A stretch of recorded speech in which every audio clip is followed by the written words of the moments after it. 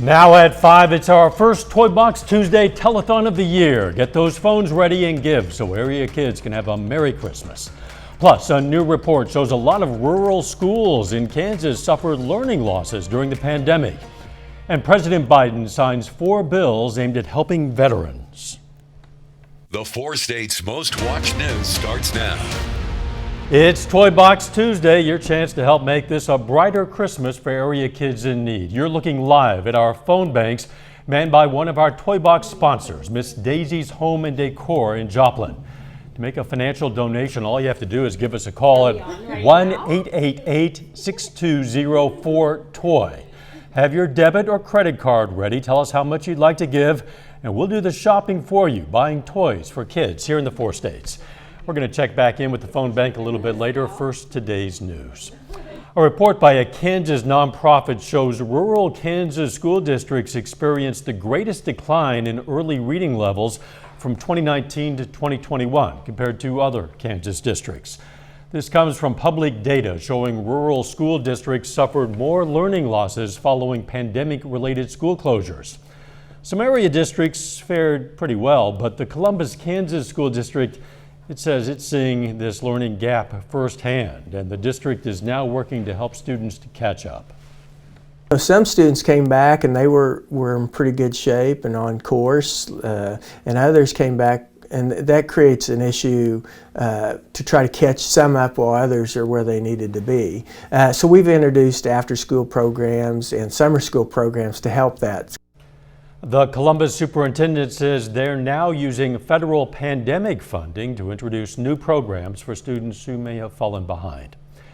Pitt State is giving social work students a new opportunity to advance their education. PSU is now offering a master's degree in social work through a partnership with the University of Kansas. Members of the first group of students are already pursuing the new degree option. They get a certificate in it's a graduate foundation certificate in social work. When they complete that, which takes 2 semesters, then they continue on to the second year of the MSW program, which is delivered by KU. The first year of the program, students take courses in PSU's social work program to earn a foundation graduate certificate. Then they take a year of clinically focused classes taught by KU faculty. Doug Hetty joins us on what's been another nice day out there. Yeah, pretty good day. We've had a lot more clouds than what we did see yesterday, but in general, it's turned out to be a nice day.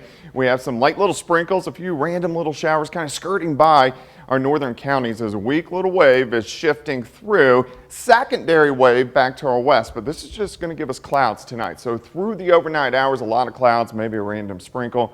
That's about it. But temperatures pretty good, anywhere from mid-50s to mid-60s in our southern counties, still above normal for this time of the year. We have a light northeasterly wind as we had a weak cold front that shifted through during the overnight hours last night. Through the evening hours, again, a random sprinkle. We'll drop back through the 50s down into the mid-40s for overnight lows. Of course, we're going to look at the rest of the week here in just a bit. Catch you then. President Biden today signed 4 bipartisan bills into law, all aimed at improving the lives of those who've served in the U.S. Armed Forces. One provides for veterans maternity care, helping women who are starting families after serving our country. Reporter Natalie Brand explains. All right. Surrounded by lawmakers who fought for the legislation, President Biden signed a series of bipartisan bills to help military veterans after their service. You said you're going to do this, remember? I told you. You did. Senator Tammy Duckworth, a veteran and mom herself, co-sponsored the Protecting Moms Who Served Act, aimed at improving maternal care for veterans and studying racial disparities in maternal health care. People who step up and serve our country need to know that they are not forgotten after service. And that includes women, the fastest growing demographic of the U.S. military and veteran population. Jennifer Silva of the Wounded Warrior Project, a veteran and mother of 3, says this new bill will help recognize maternity care as essential health care. What this is going to do is going to make it easier to coordinate their maternity care with the VA and the community providers. It's going to help them identify mental health and behavioral health risk factors. It's also going to offer childbirth preparation classes. Another bill signed directs the VA to recruit military medical personnel to help fill open federal health care positions, including at the VA. Staff shortages are one of the causes of the many problems we face in veterans care. And another piece of legislation orders a study on racial disparities in benefits to make sure every service member receives what they've earned. Natalie Brandt, CBS News, Washington. The fourth bill will reduce out-of-pocket education costs for surviving spouses and children of military veterans. Authorities say a 15-year-old student opened fire at a Michigan high school this afternoon, killing 3 students and wounding 6 other people. This was in Oxford Township, a community of about 22,000 people, roughly 30 miles north of Detroit. Authorities say they've arrested the suspected shooter and recovered a handgun. They do not think there was more than one assailant. France inducted U.S.-born entertainer, anti-Nazi spy, and civil rights activist Josephine Baker into the Pantheon Mausoleum in Paris today, the first black woman to receive that nation's highest honor. To represent her presence there, a symbolic coffin was carried to the steps of the mausoleum, containing handfuls of earth from places she called home. Baker was born in St. Louis, Missouri in 1906, but went on to find much of her fame after arriving in Paris in the 1920s, as many black Americans stayed on in the French capital after World War I and brought with them American jazz culture. Baker served in the French Resistance during World War II and was a prominent civic rights activist after the war. Still ahead, the growing need for charitable donations. It's Giving Tuesday, a day meant to encourage people to volunteer and donate to those in need. I'm Michael George with how charities are trying to raise money amidst the ongoing pandemic and rising inflation. And next in Health Watch, the Omicron variant is changing vaccine booster guidance. In the meantime, call now for our Toy Box Tuesday telethon. Let's check back in live now with our phone bank on this Toy Box Tuesday. You know, this annual project has helped generations of kids. This is the 33rd year of Toy Box. Hi, volunteers. These volunteers are from Miss Daisy's Home and Decor in Joplin. And they're taking your calls to make financial donations to allow us to buy toys for area kids in need. As you see, the phones are not keeping them all busy right now. Give them a call. Have your debit or credit card ready to make the call to 1-888-620-4TOY. In Health Watch today, a study of more than 1 million people found breakthrough COVID infections were 3 times higher among people with compromised immune systems. According to researchers from Pfizer, which makes one of the 3 COVID-19 vaccines currently available in the U.S. Scientists say the data support recommendations for a 3rd dose of an mRNA vaccine for patients with weaker immune systems. The CDC has expanded its vaccine guidance to recommend all U.S. adults get a booster shot. As concern over the new coronavirus variant known as Omicron grows. Officials say it's going to take a few more weeks before we know if the current vaccines protect against it. Naomi Ruckham reports from New York City, where officials are already preparing.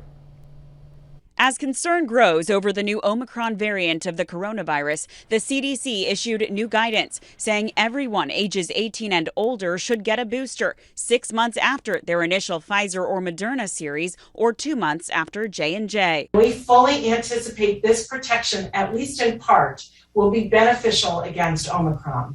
Federal health officials say there is no evidence of the new strain in the U.S. yet. It has been confirmed in 20 countries since it was first reported in South Africa last week. These mutations have been associated with increased transmissibility and immune evasion. The CEO of vaccine maker Moderna reportedly said the existing vaccines will be much less effective against Omicron, telling the Financial Times, quote, All the scientists I've talked to are like, this is not going to be good. On CBS Mornings, NIH Director Dr. Francis Collins urged patience while we wait for answers. The big question for most of us is, do the vaccines that have been put into a lot of people's arms, including mine, do they provide protection against this variant the way they have with Alpha and Beta and Gamma and Delta?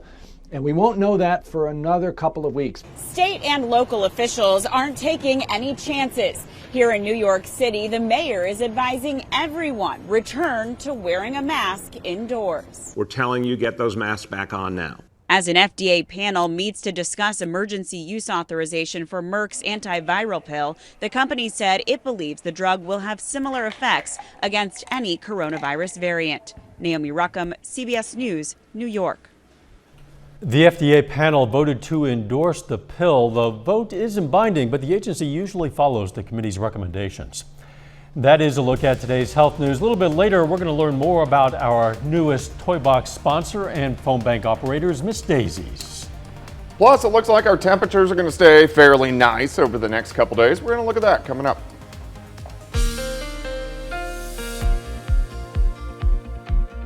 Well, it's turned out to be another nice day for us today. Temperature is pretty good, right back up into the mid-60s. We're going to continue to warm things up as we go through the next few days as we sit in this calmer part of the pattern, which really gets rolling next week. Tomorrow night, we're doing the month-long forecast. It's December 1st tomorrow.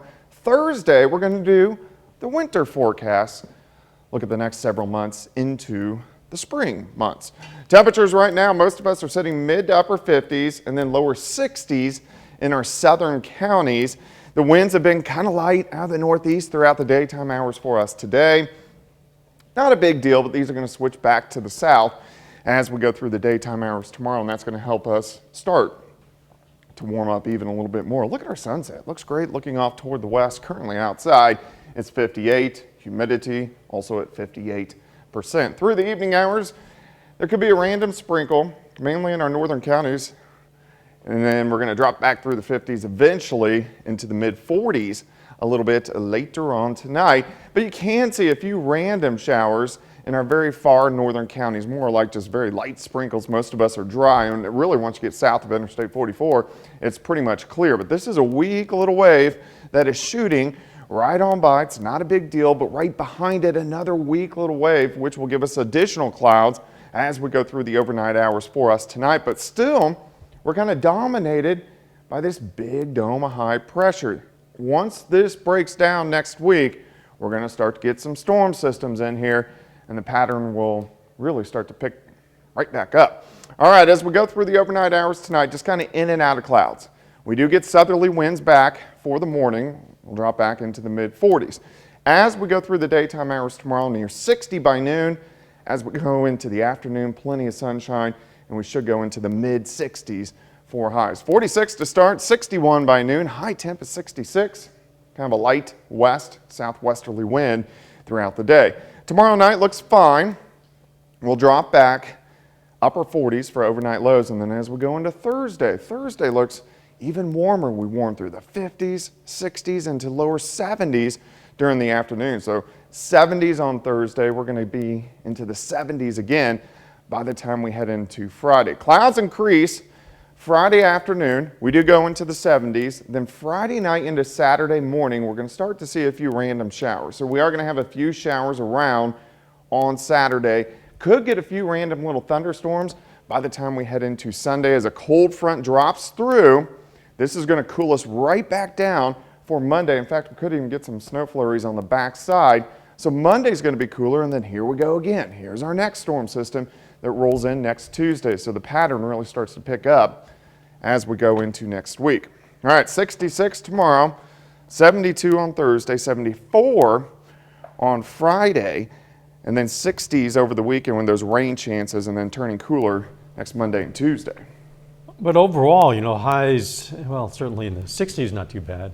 47, yeah, it's getting cold, I guess. Yeah, that is getting a little bit cooler. Thanks, Doug. Hey, we want to give a special shout out to the newest sponsors of our Toy Box campaign, Miss Daisy's Home and Decor. The Joplin-based store sells items ranging from furniture to clothing. Employees of Miss Daisy's are answering the phones for our telethon today and taking your donations. That inspires people to give back a little bit more. It's been a rough year for a lot of people, and this way there's a lot of need out there, and what better way than Christmas to give back to the kids? If you'd like to make a monetary donation, remember to have your debit or credit card ready. Then make the call to 1-888-620-4TOY. You can call right now. You see that they are ready to take your calls. Coming up, supply chain issues and inflation are impacting Giving Tuesday. First, we recognize a World War II veteran. Edward Clausen served in the U.S. Navy as a minesweeper in the South Pacific. Bosun mate Edward Clausen, a four-state hero.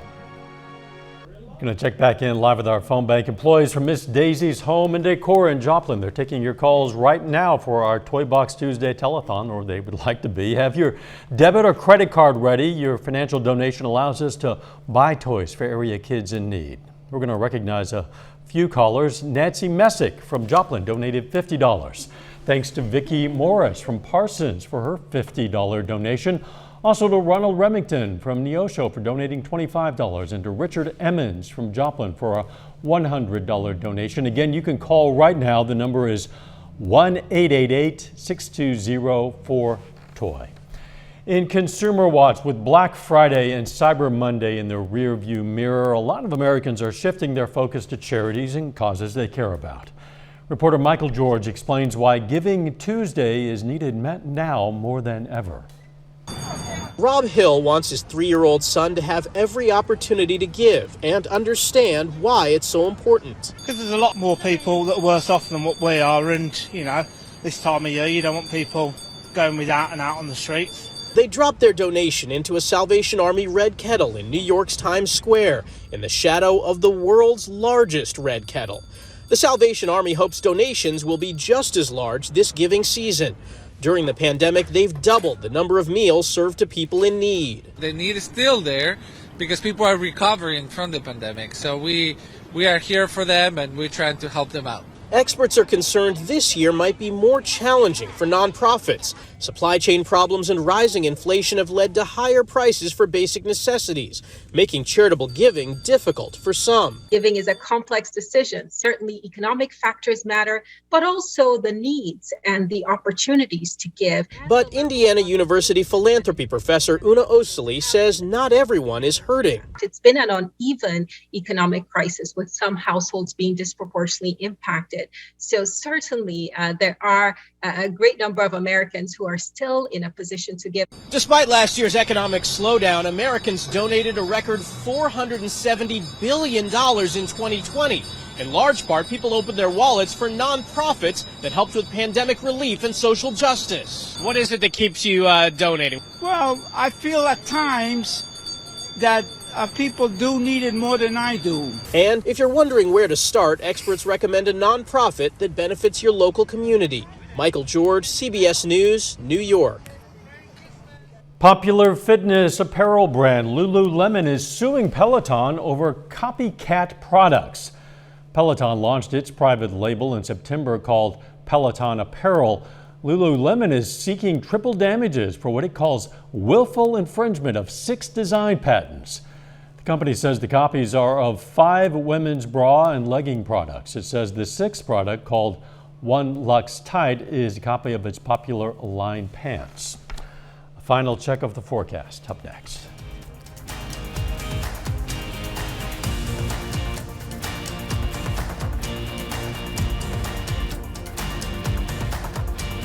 Up next on the CBS Evening News, an investigation into the drug trade on social media. Then on KOAM News at 6, a Baxter Springs home invasion suspect is in the hospital after being shot by the resident. Plus, we're going to have more on learning losses impacting rural Kansas schools and how some area agencies are taking part in Giving Tuesday. Also, our Toy Box Tuesday will continue at 6, so you have another chance to call in. Stay with us for the CBS Evening News and then KOAM News at 6. Overall, pleasant evening out there, Doug. Yeah, not too bad. We're dropping back through the 50s, eventually into the mid-40s later on tonight.